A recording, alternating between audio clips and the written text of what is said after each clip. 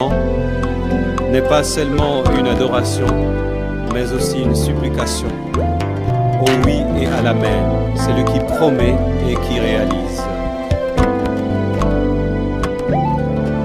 Tango yango yo, tango molimo, tango mafuta. Que l'Esprit de Dieu domine, que l'Esprit de Dieu prenne le contrôle de tout. Au nom de Jésus. Amen. Amen.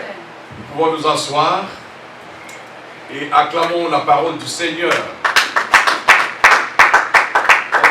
Acclamons la parole du Seigneur.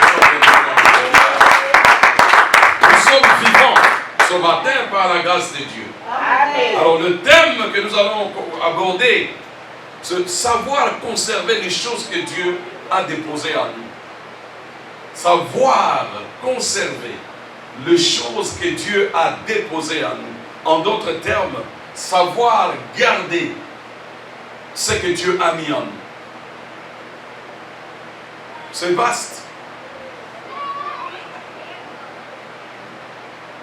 Je parlais de ces messages en ligne, je parlais de ces messages au Congo, je parlais de ces messages dans une autre église, et dans notre église, le même message que Dieu m'a donné.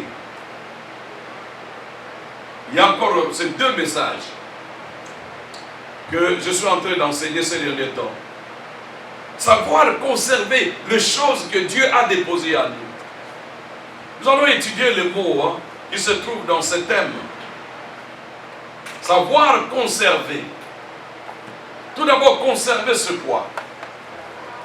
Conserver, se maintenir en bon état.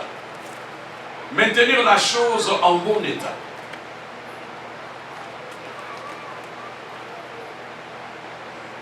Préserver la nourriture de la moisissure. Quand nous achetons la nourriture, qu'est-ce que nous faisons? Nous mettons la nourriture dans le réfrigérateur, dans le frigo. Pourquoi? Parce que nous ne voulons pas que ça puisse moisir. Il y en a de même des choses que Dieu a mis en nous. Ces choses, nous devons les garder loin des moisissures. Les moisissures, c'est le péché. Nous devons garder la chose que Dieu a mis en nous.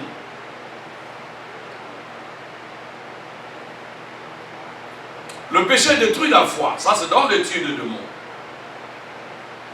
C'est encore faire durer. C'est-à-dire garder la chose longtemps possible. Garder la chose longtemps possible. C'est-à-dire quand Dieu met les choses en nous, c'est pour que nous puissions les conserver et les garder jusqu'au retour de Jésus-Christ. Parce que le diable est en train de rôder, chercher. Il est en train de chercher qui? Dévorer. Il est en train de chercher à voler ce que Dieu a mis en vous pour le détruire, parce que le voleur ne vient que pour détruire, voler, détruire et égorger. Quand on dit détruire, ce n'est pas qu'il va vous laisser libre quand il prend. C'est-à-dire qu'il vole ce que tu as. Et puis, il va, quand on dit détruisons cette maison, on va amener de grands outils pour détruire, démolir ce que nous appelons en latin delenda. Delenda, c'est-à-dire destruction méchante. Et puis à la fin, il va vous égorger.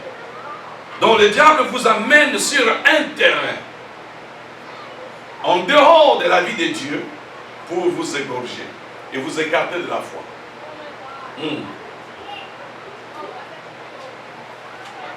Se garder jalousement.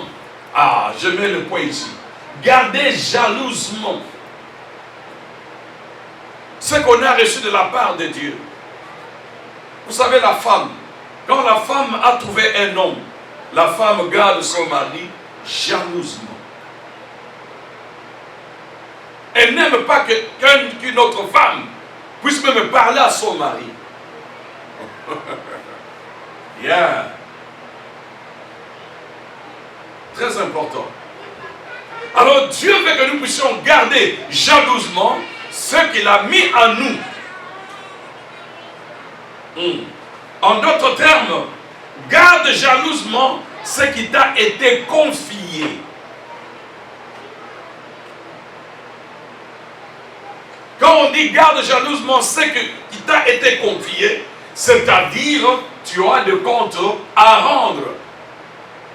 Autrement dit, il ne fallait pas venir à Christ.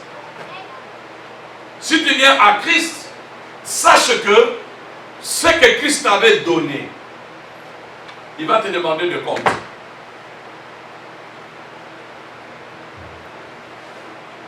Romains 14 nous dit que nous allons tous comparaître au tribunal de Jésus et nous allons rendre compte de tout ce que nous aurons fait. Il faut savoir aussi une chose, que le jugement commencera par l'Église. Les païens là, ils sont déjà jugés. Mais vous qui venez à Christ, vous avez la connaissance, vous serez jugés, nous serons jugés, y compris moi le prédicateur. Je serai jugé si je ne conserve pas ce que Dieu m'a donné. Passons maintenant à l'histoire de ce matin. Un père avait 2 fils. L'aîné était calme et posé. L'aîné était calme et posé.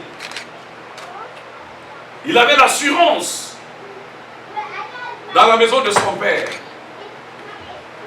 Mais le second, lui, n'était pas posé. Il était en l'air, en l'air. Retenez bien le mot.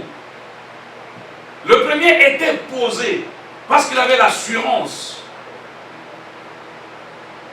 dans la maison de son père. Mais le second, lui, était en l'air, en l'air. Nous avons des chrétiens qui sont en l'air, qui ne sont pas posés.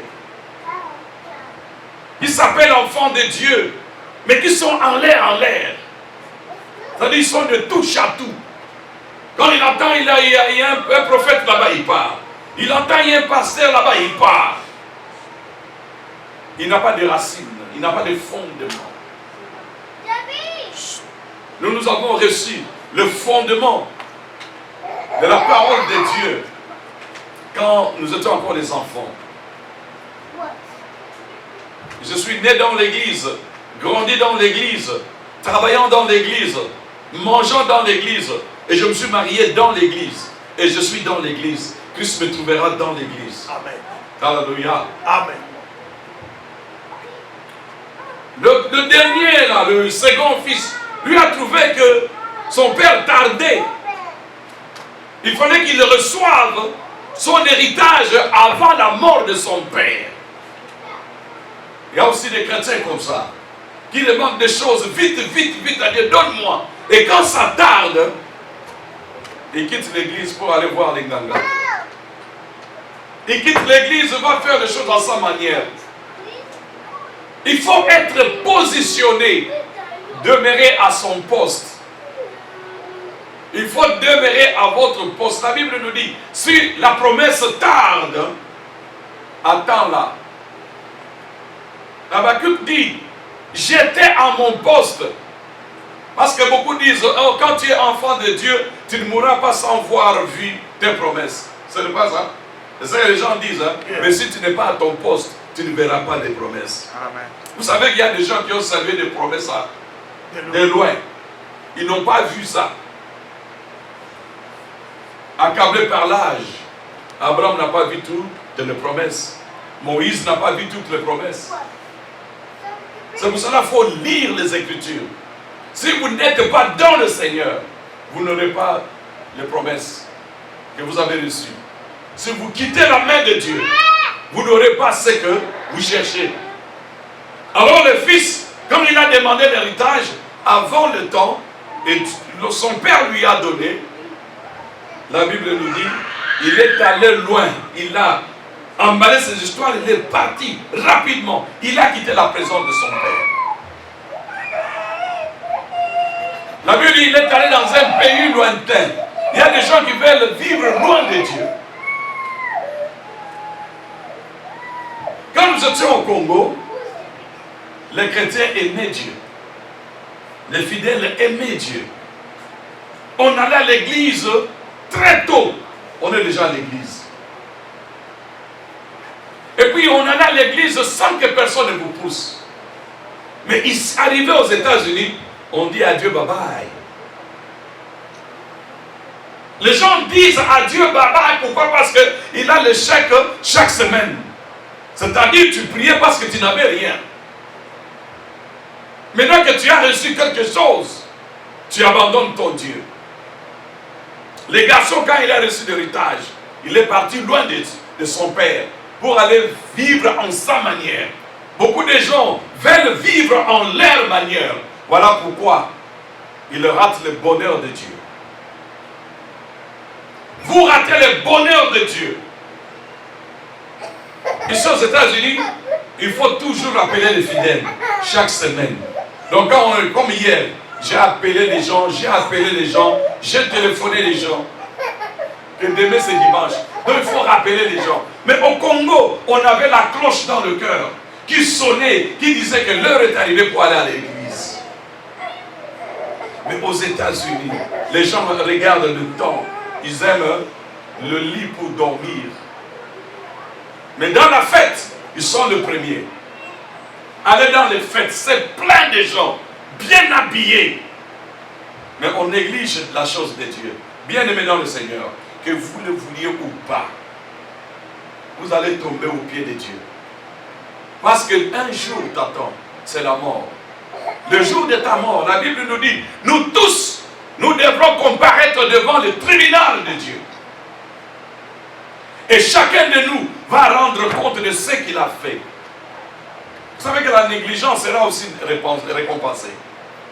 La négligence sera aussi récompensée, mais négativement. Parce qu'il y aura la récompense positive et la récompense négative. La Bible nous dit, malheur à celui qui fait l'œuvre de Dieu avec négligence. On efface le calendrier de l'église, plutôt l'horaire de l'église sur ton calendrier.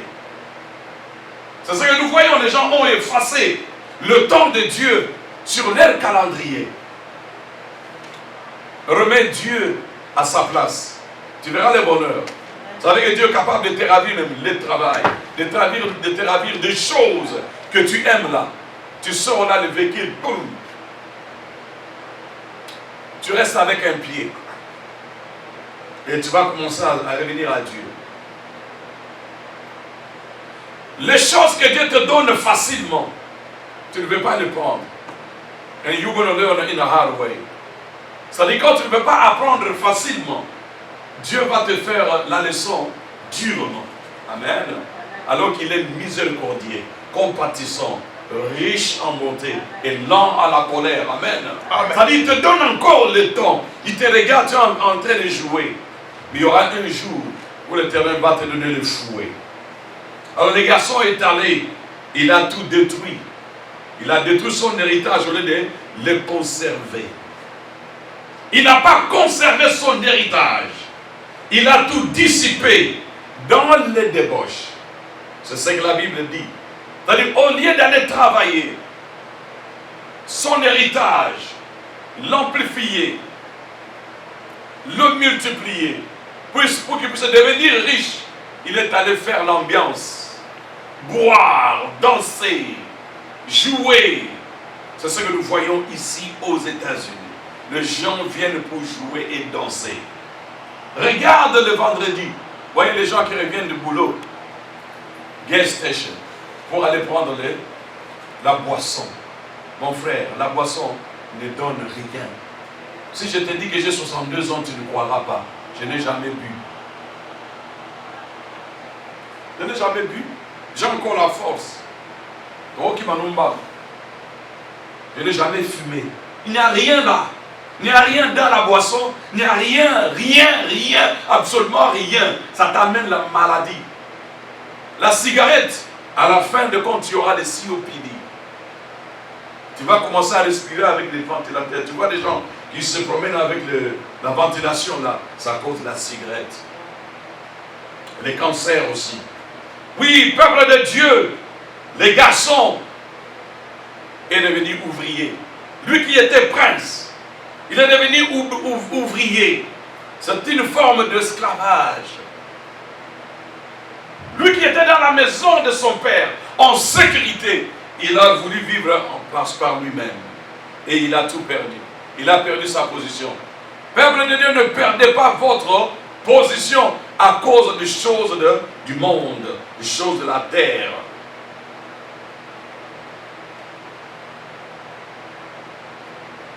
Dieu nous a donné des choses en nous. Nous allons le voir. Dieu nous a fait grâce de demeurer en sa présence, d'être en sécurité. La Bible dit, celui qui est en Christ est en sécurité. Jean dit, je vous écris ces choses pour que vous sachiez savoir que vous avez la vie éternelle, vous qui êtes en Jésus-Christ. Les musulmans disent, faites le bien, fuyez le mal, peut-être Dieu vous fera grâce. Voyez ce contraste. Mais Christ nous rassure, il dit, je vous écris ces choses pour que vous sachiez que vous avez la vie éternelle, vous qui êtes en Jésus-Christ. C'est la sécurité de la vie éternelle. Cette vie est gardée pour nous. Il y a encore, vous connaîtrez la vérité, et cette vérité vous affranchira. La vérité, c'est Christ. Si vous connaissez Christ, vous êtes réellement affranchis, libérés, mis en sécurité pour la gloire de Dieu, pour le jour de la rédemption, pour le jour du salut. Voilà, l'héritier devient esclave. Les chrétiens deviennent esclaves de Satan à cause des choses qu'ils voient, à cause des choses qu'ils aiment. Les choses que vous aimez vont vous détruire. Les choses que vous aimez plus que Dieu vont vous détruire. Il y a des gens qui, quand ils reçoivent le bonheur de la terre, c'est pour dire à Dieu, merci de m'avoir béni. Bye. Vous fuyez, on ne fuit pas Dieu. On ne fuit pas Dieu. Il va seulement prendre tout ce que tu avais. J'ai vu des gens, des frères, avec qui on a grandi dans des chorales, dans des orchestres. Ces frères avaient l'argent, ils étaient d'abord pauvres. Mais après avoir obtenu l'argent, le frère a eu beaucoup de voitures. Il a acheté des voitures, 7 voitures lui-même. Il a épousé une jolie femme. Mais il a fui Christ. Quand il a fui Christ, c'est la femme qui l'a détruit. La femme est allée l'accuser au travail. Il vole l'argent au travail. Voilà ce qu'il fait, voilà ce qu'il fait. On est venu, on a tout pris. Il est resté avec ses voitures. On a écarté du travail. Il a tout perdu. Bon, il s'est accroché au véhicule, mais il a oublié Dieu, qui est la source de toutes choses. Quand il a oublié Dieu, l'ennemi l'a frappé. Il est mort. Il commença à marcher avec des babouches. Lui qui était bien habillé, bien coiffé, bien parfumé, qui pensait être fort et qu'il a gagné la vie, mais il a perdu la vie. Il a tout perdu. Donc j'ai vu des gens comme ça, beaucoup de frères, qui n'avaient rien, mais ils ont été bénis à l'église. Ils ont fui. Et l'autre n'avait pas de travail. Nous avons prié pour lui. Quand il a trouvé du travail, il commence à regarder à gauche, à droite, parce qu'il était élevé. Directeur d'une compagnie de mines. Il regarde, il dit, ça, ici, ce n'est pas mon milieu. Mais c'est ce milieu-là qui t'a béni. C'est ce milieu-là qui a fait de toi ce que tu es devenu. Amen. Amen. Il commence à regarder, oh, celui-ci n'est pas de mon niveau. Ce n'est pas mon niveau. Le pasteur n'est pas de mon niveau. C'est le pasteur qui t'a béni. Il était dans les chaînes, il était dans les liens. Parce que quand il était jeune, il a été trompé par la femme de son grand frère. Il est sorti avec la femme. Mais cette chaîne-là le suivait. Il avait fallu rompre ces liens-là. Amen. Cette malédiction était là, même si son frère n'avait rien dit. Mais quand on a cassé cette malédiction, le frère a obtenu un bon travail dans une compagnie de mines. Et le frère a abandonné Dieu. Il commence à chercher les grandes églises où peut-être Dieu n'est pas là. Vous savez que Dieu est dans des petites églises, vous savez ça? Amen. Dans des grandes églises, là, peut-être, il y a seulement 2 ou 3 qui prient, qui sont avec le Seigneur. Mais aussi dans d'autres églises où Dieu existe. Mais dans la foule, il y a tout dans la foule. Est-ce que vous comprenez? Dans la foule, il y a tout. Il y a des gens qui viennent pour le pasteur. Il y a des gens qui viennent pour chercher une femme. Ils suivent une fille à l'église. Il y a des gens qui viennent là-bas pour suivre sa tribu, sa langue. Il y a peu de gens qui suivent Jésus. Les autres viennent pour les amis. Mais êtes-vous de la foule ou bien vous êtes de Jésus-Christ? Qui suivez-vous? Alors beaucoup de gens disent bye-bye à Dieu après avoir obtenu les choses de la part de Dieu. Le garçon est allé loin et il a tout perdu. Heureusement pour lui, il a pris conscience, il est rentré chez son père qui l'a accueilli. Est-ce que toi tu as la grâce? Tu as cette grâce de trouver le temps de revenir à Dieu. En dehors de Dieu, c'est la destruction. En dehors de Jésus, le diable va te tuer. Il y a des gens, quand tu quittes l'église, le diable te frappe, tu meurs. En dehors de Christ. D'autres personnes peuvent vivre dans le péché. Parce qu'ils sont pécheurs. Ils peuvent continuer. Mais quand toi tu le fais, ça devient un sacrilège. Parce que tu as été élu. Tu as été choisi par Dieu. Je vous exhorte ce matin de mettre Dieu à l'avant-plan. Que la cloche sonne dans votre cœur pour être avec Dieu. Mettre Dieu dans votre horreur. Mettre de l'ordre dans votre vie spirituelle, dans la marche avec Dieu. Alléluia. Être discipliné. L'enfant de Dieu doit être discipliné. Nous devons mettre des disciplines dans notre vie, dans notre façon de servir Dieu, dans notre façon de marcher avec Dieu. Et surtout que nous soyons sérieux. Parce que ce jeune homme n'était pas sérieux. Il était en l'air, en l'air. L'enfant de Dieu, vous devez être sérieux là où vous êtes. Que vous soyez homme ou femme, soyons sérieux.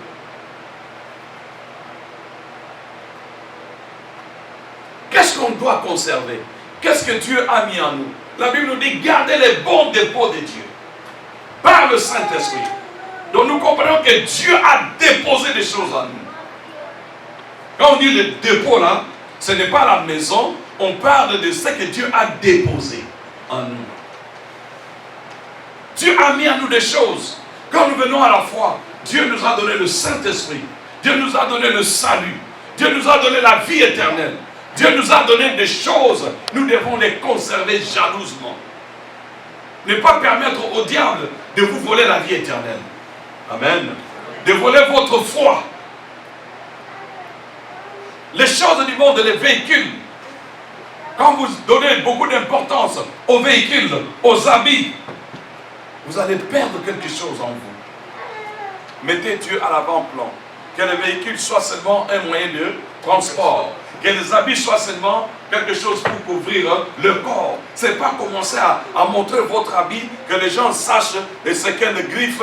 On n'en a pas besoin. Ça n'ajoute rien au salut. Par contre, ça enlève. Ça donne l'orgueil.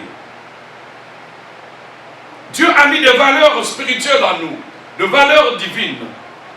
Le premier point, Dieu nous a donné la vie éternelle qui est notre héritage. Je m'excuse.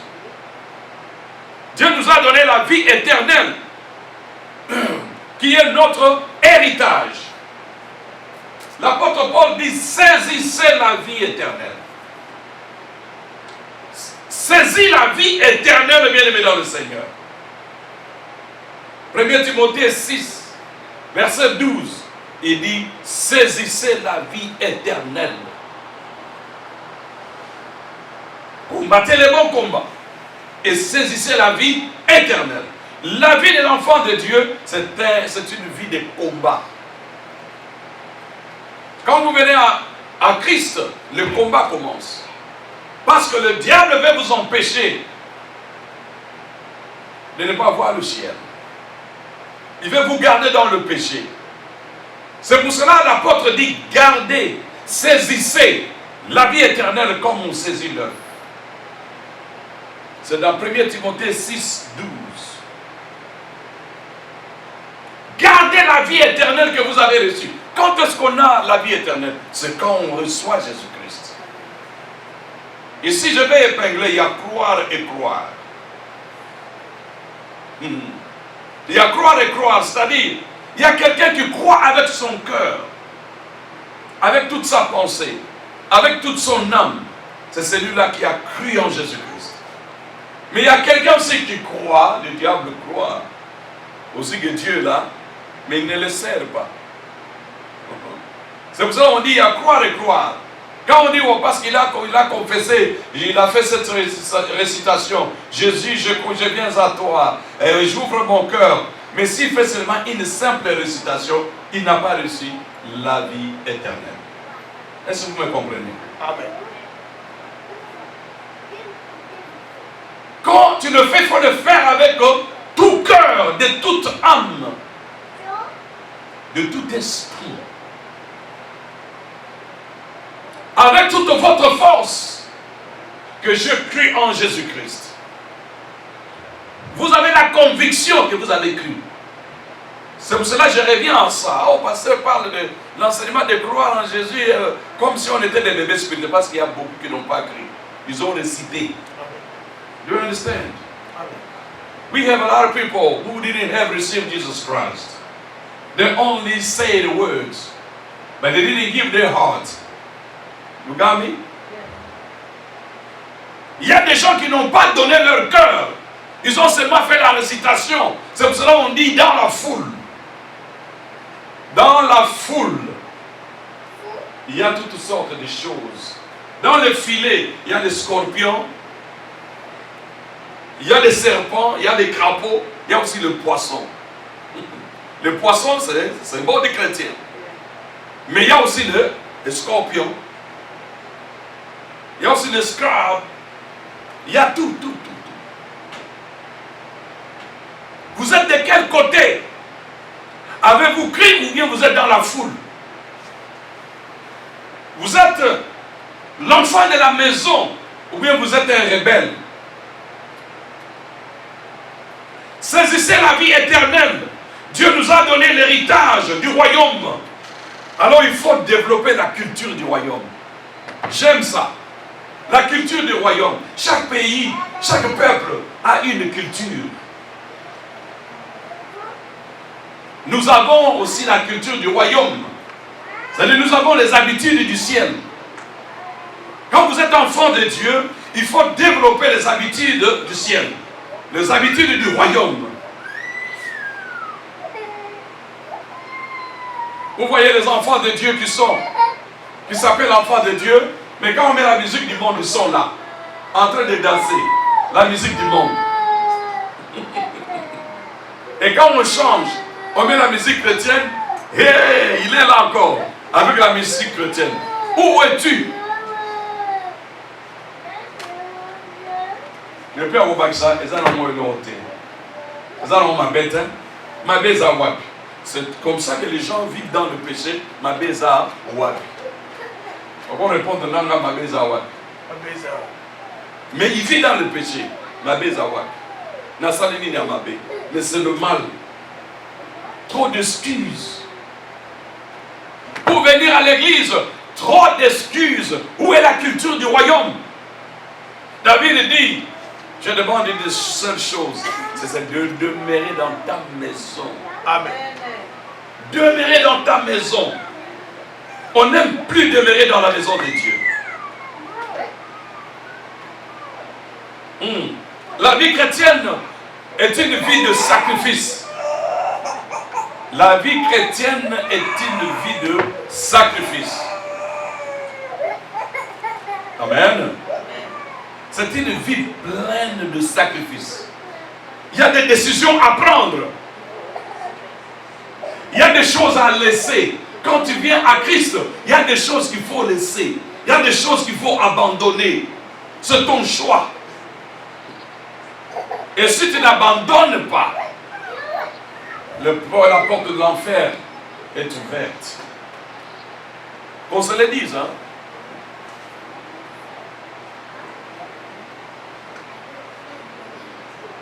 Les gens n'aiment pas qu'on parle de ces choses.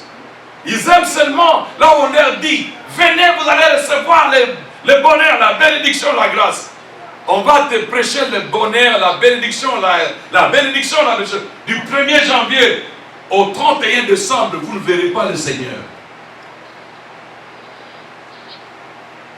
I tell you the truth. Si on vous prêche seulement la bénédiction, dans l'église, bénédiction, prospérité, oh, nous sommes les enfants de Dieu, nous sommes prospères, prospères, nous devons être prospères, et qu'on ne vous présente pas Christ, vous ne le verrez pas. Vous aurez beaucoup de biens, mais vous, avec vos biens, vous irez en enfer. Gloire à l'Éternel. Amen. Gardez la vie éternelle, dis à ton ami à côté, garde la vie éternelle. Garde la vie éternelle. Ah, j'ai pas entendu. Garde la vie éternelle. Ah, oui, si Mimiso, c'est la vie éternelle. Amen. C'est ça qui nous garde, la vie éternelle. Il faut développer le caractère chrétien. Le caractère chrétien, c'est le sentiment qui était en Jésus-Christ. Philippiens 2:5. Ayez le sentiment qui était en Jésus-Christ. Le caractère de Jésus, c'est quoi? C'est lequel? C'est l'amour, c'est la joie, c'est la paix, c'est la patience, c'est la bonté, c'est ça la vie de Jésus.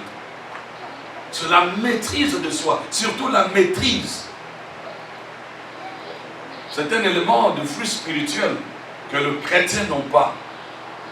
Beaucoup d'enfants de Dieu n'ont pas la maîtrise. Soki pas sirigi ko. Soki nganzi pe kangi pe. Oh, bien-aimé dans le Seigneur. Comment es-tu fou? Oh, Bible, mettez-vous en colère. Sainte colère. Ils ajoutent sainte. Oh, Aligiko, gardez en haut. Sainte colère, c'est quand il s'agit de la chose de Dieu. Amen. Les caractères chrétiens. Il y a des gens qui se fâchent à la maison. Quand ils se fâchent, ils tournent dans la maison, personne ne bouge. Personne ne parle. Il y a des moments quand ils se fâchent. C'est 2 jours, 3 jours. Voilà. 4 jours même. Quand on ne s'est la raté. Oui, bien aimé dans le Seigneur, nous devons être sérieux. Sérieux avec nous-mêmes. Quand il y a des problèmes à la maison, il faut avoir des dialogues. Il faut avoir des dialogues. Que celui qui est mature, Abomamoto. Amen. Amen, mon frère. Et celui qui est mature, Abomamoto. Non, laissez-moi. Quand tu vois qu'il ne comprend pas, il ne comprend pas. Laissez ça. Yo diminué na yo. Azone gloire. Amen. Un autre jour, nous allons parler. Dans le cadre. Oui, bien aimé dans le Seigneur, le caractère chrétien.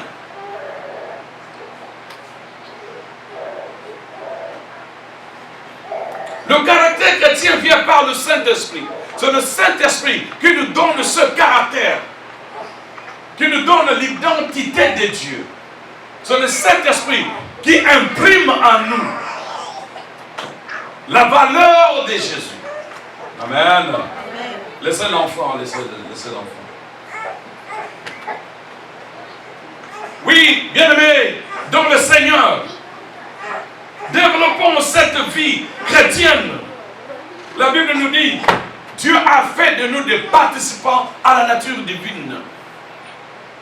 Et l'apôtre Paul dit, je rends grâce à Dieu qui nous a rendus capables d'avoir part à l'héritage des saints. Waouh! C'est-à-dire Dieu nous a rendus capables, par Jésus-Christ, d'avoir part à l'héritage au ciel, ce qui est la vie éternelle. Cette vie éternelle fait de nous des participants à la nature divine. Parce que Christ est en nous, il est Dieu, nous sommes des petits dieux. Et ne faites pas de membre de votre corps le membre du péché.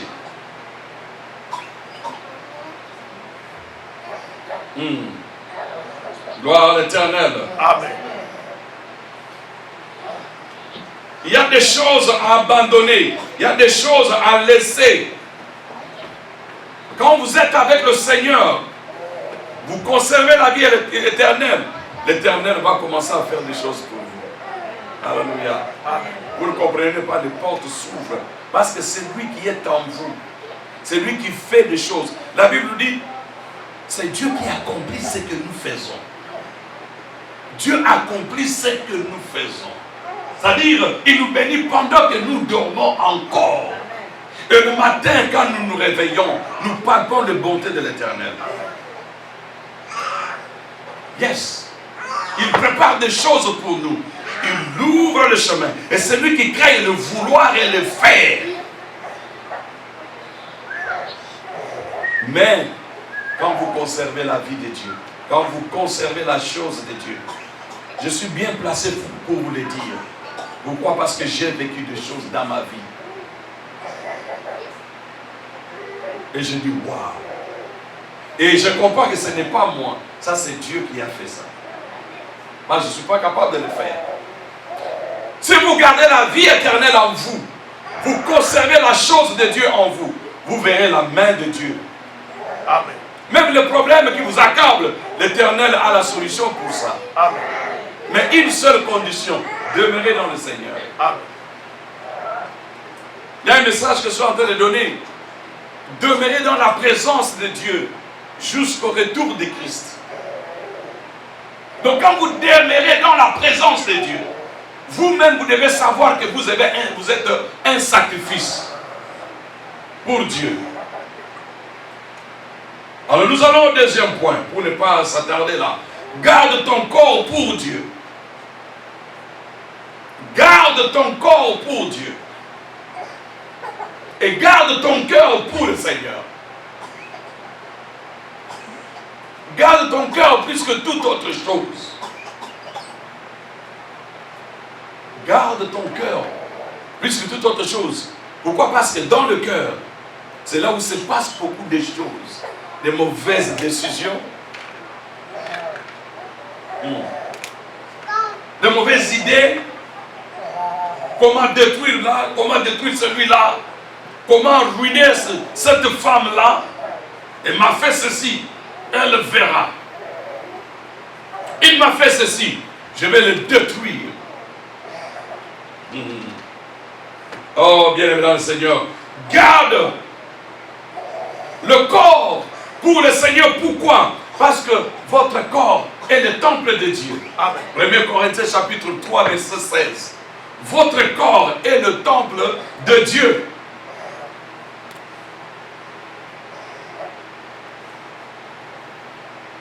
Et que le Saint-Esprit habite en vous.